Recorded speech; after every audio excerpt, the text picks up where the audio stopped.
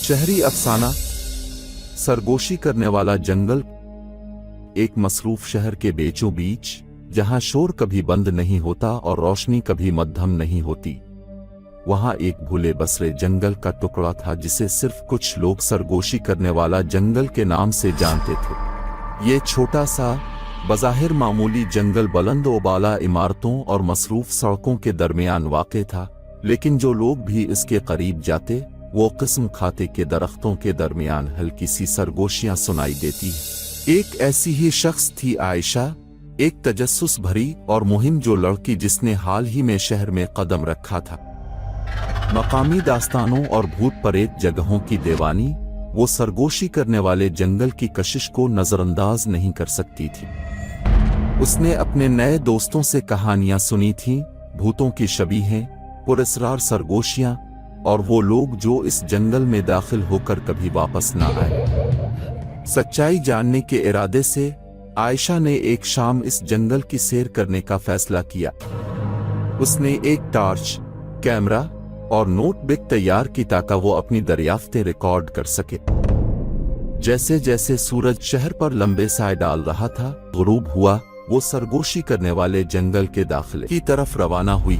जंगल में कदम रखते ही हुआ ठंडी हो गई और शहर की आवाजें एक खौफनाक खामोशी में तब्दील हो गईं। दरख्त बुलंद और कदीम इसके अर्द गिर्द घने हो गए।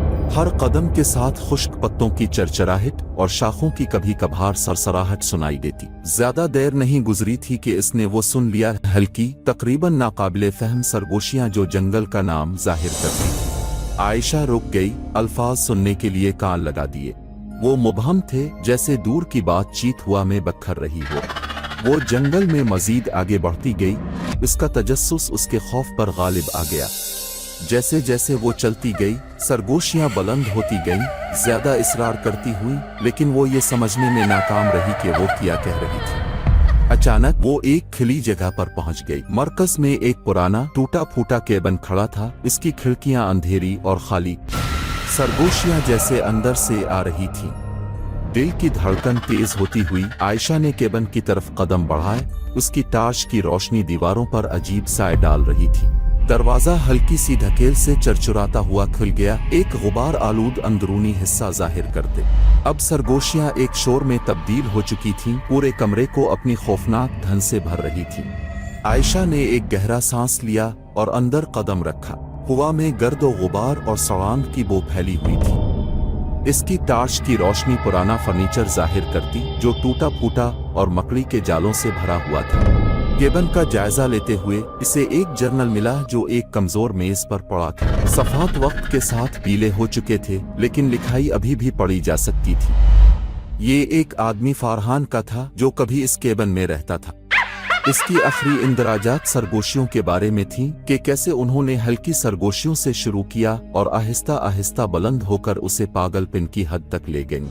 जर्नल के मुताबिक सरगोशियां उन लोगों की आवाजें थीं जो जंगल में खो गए थे, इस दुनिया और अगली दुनिया के दरमियान फंसे हुए थे।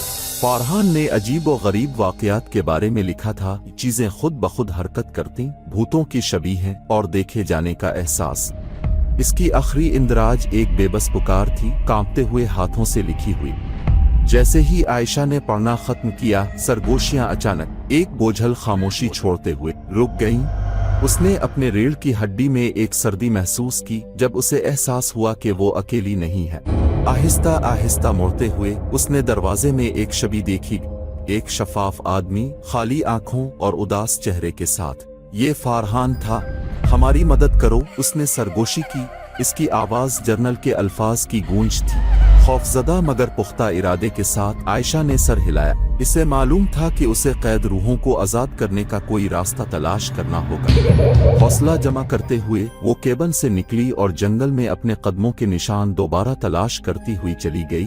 अब सरगोशियां इसे आगे बढ़ने का इशारा देती हुई महसूस हुई। आयशा ने हफ्तों तक सरगोशी करने वाले जंगल की तारीख पर तहकीक की, पुराने रिकॉर्ड्स और भोली बसरी कहानियां दरियाफ्त कीं। इसे मालूम हुआ कि ये जंगल कभी मुकद्दस जगह थी, एक कदीम कबीले की दफनगाह। वक्त गुजरने के साथ साथ शहर ने इस जमीन पर कब्जा कर लिया, रूहों को परेशान कर दिया और उन्हें बेचैन हालत में कैद कर दिया। इस इल्म से लैस अपने साथ नजराने, फूल, लोबान और दुआएं लाईं। आयशा जंगल में वापस आई। उसने अपनी तहकीक से सीखे हुए तरीके से एक रस्म अदा की, रूहों के लिए मुआफी और सुकून की दुआ की। जैसे ही इसने दुआ खत्म की, हुआ गर्म हो गई और सरगोशियां एक नर्म हम आहंग सर में तब्दील हो गईं। रूहें आखिरकार सुकून में थीं। इस रात आयशा जंगल से निकली, एक एहसास कामयाबी और राहत के साथ। जंगल अब खौफ की जगह नहीं रहा, बल्कि एक परसुकून खामोश मकाम बन चुका था। सरगोशी करने वाले जंगल की शहरी दास्तान को आयशा की बहादुरी और अज़्म की वजह से दफन कर दिया गया। कहानी का सबक: कभी कभार सबसे आम जगहों में भी गैर मामूली राज पोशीदा हो सकते हैं और उन्हें दरियाफ्त करने और हल करने के लिए हौसला और हमदर्दी की जरूरत है।